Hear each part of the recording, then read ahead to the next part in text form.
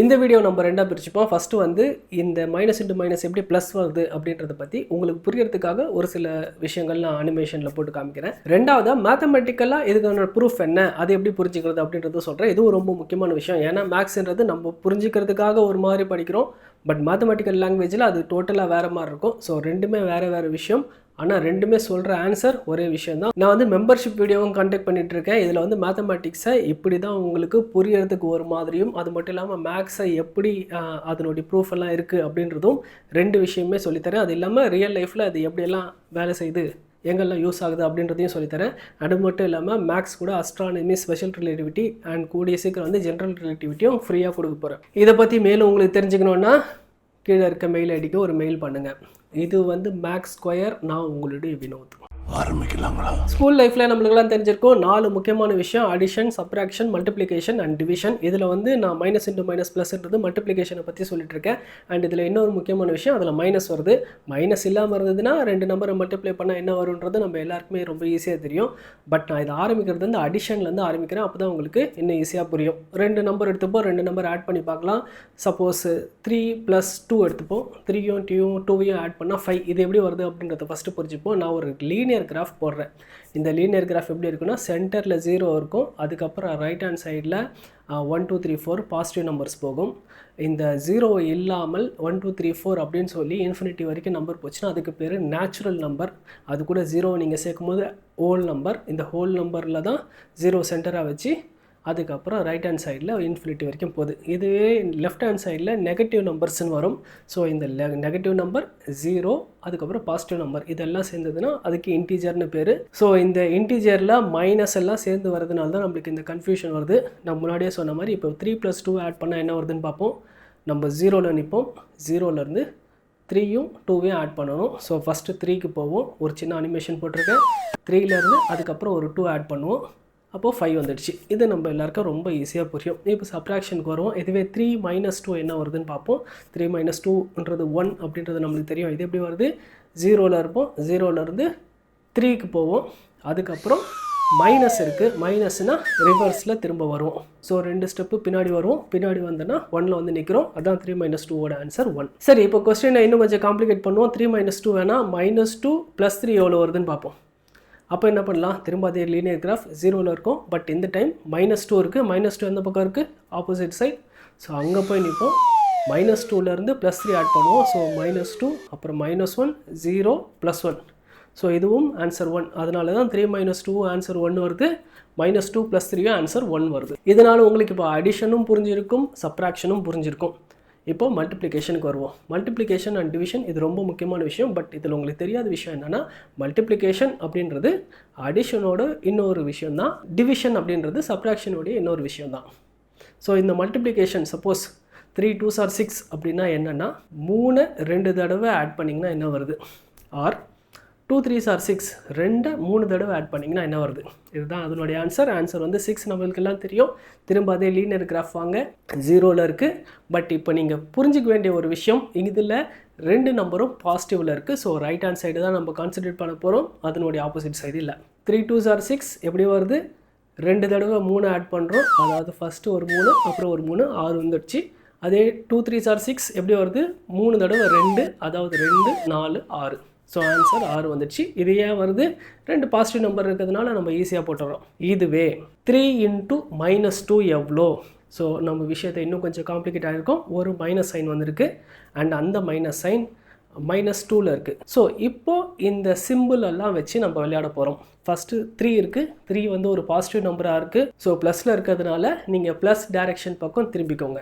ஆனால் அடுத்தது -2ன்னு இருக்குது. ஸோ மைனஸ்னால் நீங்கள் ரிவர்ஸில் போகிறீங்க. ஏன்னா 2வது இடத்துல இந்த மைனஸ் வந்திருக்கு. ஸோ ரிவர்ஸில் போகிறத பற்றி பார்ப்போம். இப்போ 0ல் இருக்கும். 0லேருந்து 3 3 2 தடவை ரிவர்ஸில் போகிறோம். அப்போது லெஃப்ட் ஹேண்ட் சைடில் போடுவோம். 3 × -2 -6ல் போய் நிற்போம். அடுத்த எக்ஸாம்பிள் எடுத்துப்போம். -3 × 2 எடுத்துப்போம். இப்போ -3 × 2ல் 3 வந்து நெகட்டிவ் நம்பராக இருக்குது. போன தடவை 3 பாசிட்டிவ் நம்பராக இருந்துச்சு. ஸோ பாசிட்டிவ் டைரெக்ஷனில் திரும்பணும். இப்போது நெகட்டிவில் இருக்குது. ஸோ நெகட்டிவ் டைரெக்ஷனில் திரும்பிடுவோம். இப்போ நம்ம திரும்பி இருக்க டைரெக்ஷனில் அப்படியே நடந்து போகணும். ஏன்னா 2ன்றது பாசிட்டிவில் இருக்குது. போன தடவை என்ன பண்ணோம்? பாசிட்டிவ் டைரெக்ஷனில் திரும்பணும். ஆனால் பேக்வேர்ட்ஸில் நடந்தோம். இந்த தடவை நெகட்டிவ் டைரெக்ஷனில் திரும்பணும், ஆனால் +2ன்னு இருக்கிறதுனால ஃபார்வர்ட் டைரெக்ஷனில் போகிறோம். ஸோ ஃபஸ்ட்டு வர நம்பரில் இருக்க சிம்பிள்ன்றது நம்ம எந்த டைரெக்ஷனில் திரும்பி நிற்கணுன்றதை பற்றி சொல்லுது. செகண்ட் நம்பரில் வர சிம்பிள் அப்படின்றது எந்த டைரெக்ஷனில் நடக்கணும், ஃபார்வேர்டில் போகிறோமா இல்லை பேக்வேர்டில் போகிறோமான்றதை பற்றி சொல்லுது. இதை நீங்கள் புரிஞ்சுக்கிட்டிங்கன்னா இந்த விஷயத்தை ஈஸியாக புரிஞ்சுப்பீங்க. இப்போது நம்மளுடைய ஆக்சுவல் சம்முக்கு வருவோம். மைனஸ் இன்ட்டு மைனஸ் எப்படி ப்ளஸ் வருது அப்படின்றது. இதில் -3 × -2 எடுத்துப்போம். ஸோ முன்னாடியே சொன்ன மாதிரி ஃபஸ்ட்டு வர சிம்பிள் -3 இருக்குது. ஸோ மைனஸ் இருக்குது. ஸோ நெகட்டிவ் சைடில் திரும்பி நிற்கிறேன். இப்போ 3 தடவை 2 ஆட் பண்ணால் என்ன வருதுன்றது தான் பார்க்குறேன். இப்போ நான் நெகட்டிவ் டைரெக்ஷனில் திரும்பி நின்றுட்டுருக்கேன். பட் அடுத்த வந்த சிம்பிளும் மைனஸில் இருக்குது. ஸோ நான் பேக்வேர்ட்ஸில் நடக்க போகிறேன். இப்போ பேக்வேர்டில் நடந்தால் என்ன ஆகும், நான் ஆல்ரெடி நெகட்டிவ் டைரெக்ஷனில் திரும்பியிருக்கேன். ஆனால் நெகட்டிவ் டைரெக்ஷன்லேருந்து -2ன்றதுனால பேக்வேர்டில் போகிறேன். 3 2s are 6ன்னு எனக்கு தெரியும். ஆனால் அது பேக்வேர்ட்ஸில் வரதுனால +6ல் போய் நிற்கிது. இதுவே நீங்கள் -2 × -3 போட்டு பாருங்கள். அப்பையும் நான் ஃபஸ்ட்டு -2ல் மைனஸ் இருக்கிறதுனால நெகட்டிவ் டைரெக்ஷனில் திரும்பி நிற்பேன். ஆனால் 2 தடவை 3 ஆட் பண்ண போகிறேன், ஆர் 3 தடவை 2 ஆட் பண்ண போகிறேன். ஆனால் திரும்ப இருக்க -3 இருக்குது, அதுலேயும் ஒரு நெகட்டிவ் இருக்கிறதுனால திரும்ப நான் பேக்வேர்ட்ஸில் தான் வரேன். ஸோ மைனஸ் டைரெக்ஷனில் பார்த்துக்கிட்டே பேக்வேர்ட்ஸில் வரதுனால +6 வந்துடுச்சு. ஸோ இப்போ உங்களுக்கு இது தெளிவாக புரிஞ்சிருக்குன்னு நினைக்கிறேன். எப்படி ஒவ்வொரு நம்பரையும் மல்டிப்ளை பண்ணும்போது அதனுடைய சிம்பிளை வச்சு எந்த டைரெக்ஷன் இருக்கணும், பேக்வேர்டில் நடக்கணுமா இல்லை ஃபார்வேர்டில் நடக்கணுமான்றதை வச்சே ஈஸியாக புரிஞ்சிடலாம். பட் இது மேத்தமேட்டிக்ஸ்க்கு ஒத்து வராது. நீங்கள் புரிஞ்சுக்கிறதுக்கு நீங்கள் இந்த மாதிரி நிறைய அசம்ஷன்ஸ் வச்சுக்கலாம், ஃபார்வேர்டில் நடக்கலாம், பேக்வேர்டில் நடக்கலான்னு. ஆனால் மேத்தமேட்டிக்ஸை பொறுத்த வரைக்கும் மேத்தமேட்டிக்கல் லாங்குவேஜில் அதுக்கான ப்ரூஃப் வேணும். மேக்ஸும் கற்றுக்கணுன்னு இன்ட்ரெஸ்ட்டாக இருக்குது அப்படின்னா இந்த வீடியோவை கண்டினியூ பண்ணுங்கள். இப்போ நான் போர்டில் இதுக்கான ப்ரூஃபை உங்களுக்கு கிளியராக எக்ஸ்பிளைன் பண்ணுறேன். சரி, இப்போ வந்து நம்ம மேத்தமேட்டிக்கல் ப்ரூஃபாக மைனஸ் இன்ட்டு மைனஸ் எப்படி ப்ளஸ் வந்துச்சு அப்படின்றத பற்றி பார்க்கலாம். சரி, இதுக்கு என்னெல்லாம் தெரிஞ்சிருக்கணுன்றத நான் இந்த பக்கம் உங்களுக்கு எக்ஸ்பிளைன் பண்ணுறேன். உதாரணத்துக்கு 5 - 5னுடைய ஆன்சர் எவ்வளோன்னா 0. இது உங்களுக்கு எல்லாம் தெரியும். இது 5க்கு மட்டும் கிடையாது, 2 - 2 கூட ஆன்சர் 0. சரியா? இப்போ இதை நம்ம காமனாக எப்படி எழுதலாம் அப்படின்னா, உதாரணத்துக்கு எக்ஸ்ன்னு ஒரு நம்பர் இருக்குது, -x பண்ணிங்கன்னா 0ன்னு வரும். நமக்கு தெரியும் எக்ஸும் ஈக்குவல். ஸோ மைனஸ் பண்ணுறேன், அதனால 0 வருது. பட் மேத்தமேட்டிக்கலாக இதை நீங்கள் அப்படியே எடுத்துக்க முடியாது. ஆமாம், எல்லாம் இப்படி தான் சொல்லி. ஸோ இதுக்கு ஒரு வேர்டு இருக்குது, அதுக்கு பேர் ஆக்சியம்னு பேர்.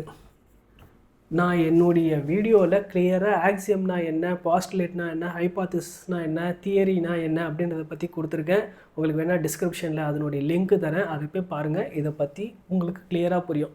பட் இங்கே உங்களுக்கு புரிய வேண்டியதெல்லாம் இது ஒரு ஆக்சியம்னா இது அப்படி தான்ப்பா, இதை நீங்கள் அப்படியே எடுத்துக்கணும். இது அண்ட் ஆக்சியமாக இருக்கிறதுக்கு இன்னொரு முக்கியமான ரீசன் இருக்குது. ஒரு முக்கியமான கண்டிஷன், இங்கே எக்ஸ் வந்து 0வாக இருக்கக்கூடாது. எக்ஸ் நாட் ஈக்குவல் டு 0வாக இருக்கும். ஏன்னா எக்ஸ் 0வாக இருந்ததுன்னா எக்ஸ் 0 மைனஸ் இன்னொரு 0, 0 - 0 0 0 தானங்க எல்லாமே அப்படின்னு ஆகிடும். எக்ஸ் 0வாக இல்லாமல் வேறு எந்த நம்பராக இருந்தால் கூட அந்த நம்பரை ஈக்குவல் நம்பரால் மைனஸ் பண்ணிங்கன்னா உங்களுக்கு 0 கிடைக்கும். அப்படின்றது தான் அதனுடைய ஆக்சியம். இந்த ஆக்சியமை நான் எப்படியே இங்கே யூஸ் பண்ணுறேன். பட் உங்களுக்கு டிஃப்ரென்ஷியேட் பண்ணுன்றதுனால நான் அது எக்ஸ்ன்னு எடுக்காமல் ஏன்னு எடுத்துக்கிறேன். a - a கூட 0. எப்படி இந்த ஆக்சியம் யூஸ் பண்ணி அண்ட் இங்கே a நாட் ஈக்குவல் டு 0.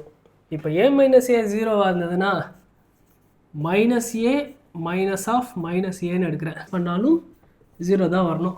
கரெக்டாக 2 a + a எடுத்து மைனஸ் பண்ணியிருக்கேன், இங்கே 2 -a எடுத்து மைனஸ் பண்ணியிருக்கேன். அதானே, நான் வேறு ஒன்றும் பண்ணலையே.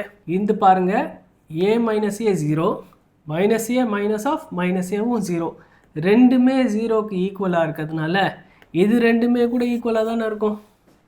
அப்படி பார்க்குற பட்சத்தில் இங்கே a - aன்னு இருக்குது, இங்கே -a ஆஃப் -aன்னு இருக்குது. இப்போது நான் வந்து இந்த ரெண்டு பக்கத்துலேயும் ஒரு ப்ளஸ் ஆட் பண்ணிக்கிட்டுமா? ரெண்டு பக்கமாக ஆட் பண்ண ஈக்குவேஷன் எனக்கு மாற போகிறதில்ல, அதுவே தான் வரப்போகுது. ஸோ ஆல்ரெடி இங்கே a - aன்னு இருக்குது, இது கூட நான் ஒரு ப்ளஸ் ஆட் பண்ணிக்கிறேன். இங்கே -a மைனஸ் ஆஃப் -aன்னு இருக்குது, இங்கே ஒரு ப்ளஸ் ஆட் பண்ணிக்கிறேன். ரெண்டு பக்கமும் ப்ளஸ் ஆட் பண்ணியிருக்கேன். ஸோ வேல்யூ எனக்கு மாறாது. இப்போது எனக்கு வேண்டிய விஷயமா இதை நான் கொஞ்சம் ரீஅரேஞ்ச் பண்ணிக்கிறேன். அதாவது இந்த பக்கம் எனக்கு எந்த பிரச்சனையும் இல்லை, +a - a +a. பட் இங்கே இந்த +aவை நான் இங்கே எடுத்துக்கிறேன், ப்ளஸ் ஏ, இங்கே ஒரு மைனஸ் ஏ இருக்குது, இந்த மைனஸ் ஏ, அப்புறம் இந்த மைனஸ் ஆஃப் மைனஸ் ஏ.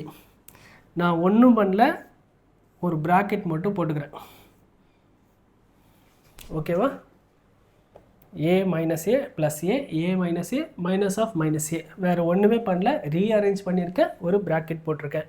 ஆனால் எனக்கு தெரியும் ஏ மைனஸ் ஏனுடைய வேல்யூ 0 அப்படின்னு. அப்போது இது ரெண்டும் 0 ஆயிடுச்சுன்னா இது 0 ப்ளஸ் ஏ, இங்கே 0 மைனஸ் ஆஃப் மைனஸ் ஏ. இப்போது இதனுடைய வேல்யூ ஏ, இது மைனஸ் ஆஃப் மைனஸ் ஏ. சரியா? ஆனால் மைனஸ் இன்ட்டு மைனஸ் ப்ளஸ்ன்னு தான் எனக்கு தெரியாது, நான் அதை தானே ப்ரூவ் பண்ண போகிறேன், அதனால பிரச்சனை இல்லை, அப்படியே இருக்கட்டும். ஆனால் இது ஏ, இங்கே மைனஸ் அப்படின்றது ஆக்சுவலாக என்னது -1, இங்கே உள்ள ஒரு மைனஸ் இருக்குது, அதுவும் -1, அப்புறம் ஏ. கரெக்டாக? ஆனால் -1 இன்ட்டு -1 +1 எனக்கு தெரியாது, அதை பற்றி கவலை இல்லை. நான் ரெண்டு பக்கமும் ஏவால் டிவைட் பண்ணுறேன், டிவைட் பை ஏ பண்ணுறேன். அப்படி பண்ணால் இங்கே ஏ இருக்குது, டிவைட் பை ஏ, இங்கே -1 இருக்குது, இங்கே -1 இருக்குது, இங்கே ஏ இருக்குது, அதை 7ஆல் டிவைட் பண்ணுறேன். ஏவும் கேன்சல், ஏவும் கேன்சல். இப்போ இங்கே 1ன்னு ஆயிடுச்சு, இங்கே -1, இங்கே -1. அப்போது எனக்கு ஆன்சர் என்னன்னு வந்திருக்கு, -1ஐயும் மல்டிப்ளை பண்ணால் ஆன்சர் 1ன்னு வரும். நம்ம அதை எக்ஸ்பிளைன் பண்ணும்போது ஒரு லீனியர் கிராஃப் போட்டு எப்படி அந்த ஜம்ப் பண்ணி எந்த டைரெக்ஷனில் பார்க்கணும் அப்படின்றதெல்லாம் வச்சு சொன்னோம். பட் மேத்தமேட்டிக்கலாக நீங்கள் ப்ரூவ் பண்ணும்போது உங்களுக்கு ஒரு ஆக்சியம் தேவைப்படுது, ஒரு கான்செப்ட் தேவைப்படுது, அதுக்குள்ளே உங்களோட க்ரியேட்டிவிட்டி வேணும். நீங்கள் ப்ளஸ்ஸை ஏவை ஆட் பண்ணணும், அப்புறம் டிவைட் பண்ணணும், ஏ மைனஸ் ஏ 0ன்னு சொல்லணும். இந்த விஷயங்கள்லாம் தேவைப்படுது. இதுதான் ஒரு ப்ராப்பர் ப்ரூஃப். அது உங்களுக்கு புரிஞ்சுக்கிறதுக்காக நான் சொன்னது. ஸோ ரெண்டுமே உங்களுக்கு புரிஞ்சிருக்கும்னு நினைக்கிறேன்.